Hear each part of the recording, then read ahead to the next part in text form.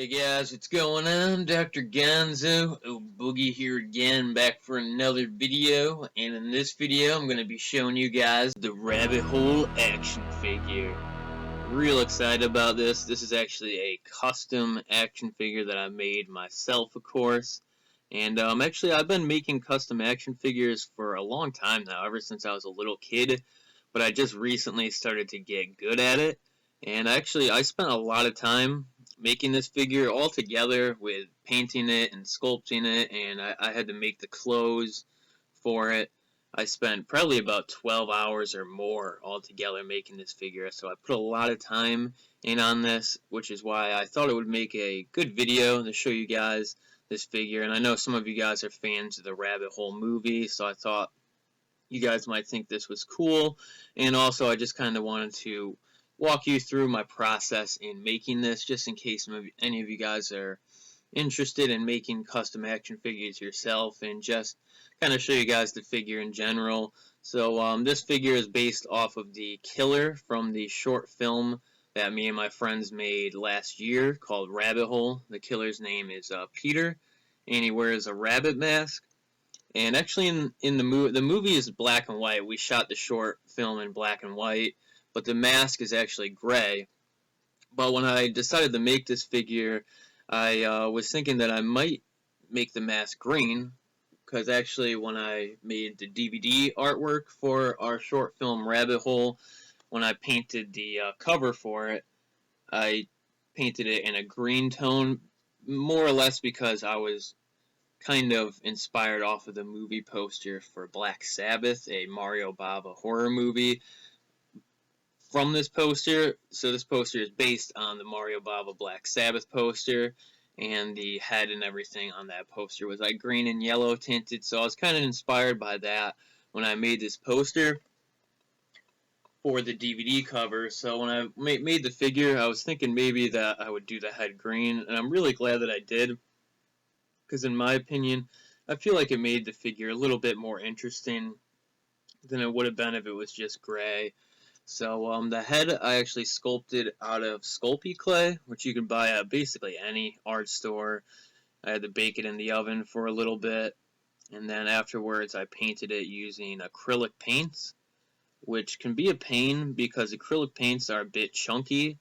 So if you put a heavy layer on, it will actually start to chip off of plastic like this, off of Super Sculpey and stuff like that. So actually I did some really thin layers of green and yellow paint on the head, which I think came out perfectly. So this is actually the best painted action figure head I've ever made.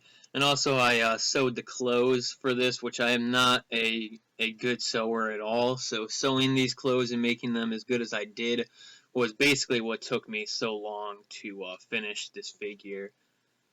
Because I probably messed up on sewing the shirt like twice, and the pants like once I messed up on. So I had to redo it completely, and just the whole process in making clothes for like small clothes for a figure like this was just really a pain in the neck. I had to do measurements and make cutout stencils and then cut out the fabric, and so it was just really a pain in the neck. But in the end, I think it shows all the hard work that I put into it, because I really feel like the figure did come out looking really good.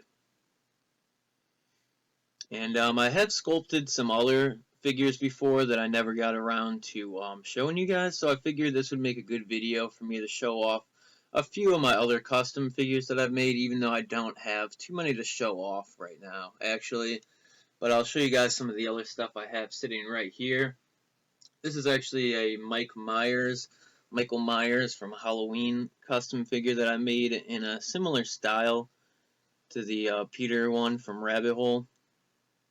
And actually the head for this is a head of a William Shatner Star Trek figure, because if you guys know, the actual Michael Myers mask is actually a William Shatner mask painted white. And I had a William Shatner figure sitting around my room, so I popped his head off and painted it white, and it came out looking almost just like Michael Myers. I thought that was really cool. So that was the inspiration to make this whole figure. And just like with the Peter figure, I sewed a little jumpsuit for him. I would say this one I didn't spend quite as much time on. It's a little bit more rushed, I would say, but still I feel like the figure came out pretty good. So I actually did not sculpt the head for this figure. I used a William Shatner head, and actually the bodies on both of these figures, the Michael Myers one and the Peter figure, were actually older Power Ranger figure bodies, kind of like this one right here, except I didn't use the ones with the flip head action. Actually, the reason I used old Power Ranger figure bodies is actually because I had a few broken Power Ranger figures hanging around. So, you know, you use what you have basically when you're making custom figures. I didn't want to waste any like really good figures on making custom figures because it's just not worth ruining like an expensive figure for something like that. So yeah, the bodies for both of these figures are like older Power Ranger figure bodies. And the last thing that I have to show you guys, this is actually a head that I sculpted for a custom Jason Voorhees figure. And I never finished the figure, even though I did finish the head sculpt. But I actually had a few issues with this. Actually, when I painted this, I put the layers of acrylic paint on just a little bit too thick, which actually kind of painted over some of the textures that I had originally painted on this head, which was a bit of a bummer. But actually, as you can see there, the paint actually started to chip off because I painted it on too thick, which was the main problem with this. And I actually also made a little hockey mask that goes on it, which was also really hard to sculpt because a hockey mask is so small. But you can actually put the hockey mask on the head. Let's see if I can do that right now, show you guys.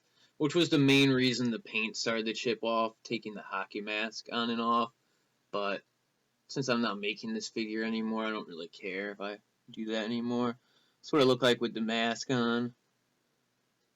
Actually had like stretchy bands around the mask so you can fit it on and off.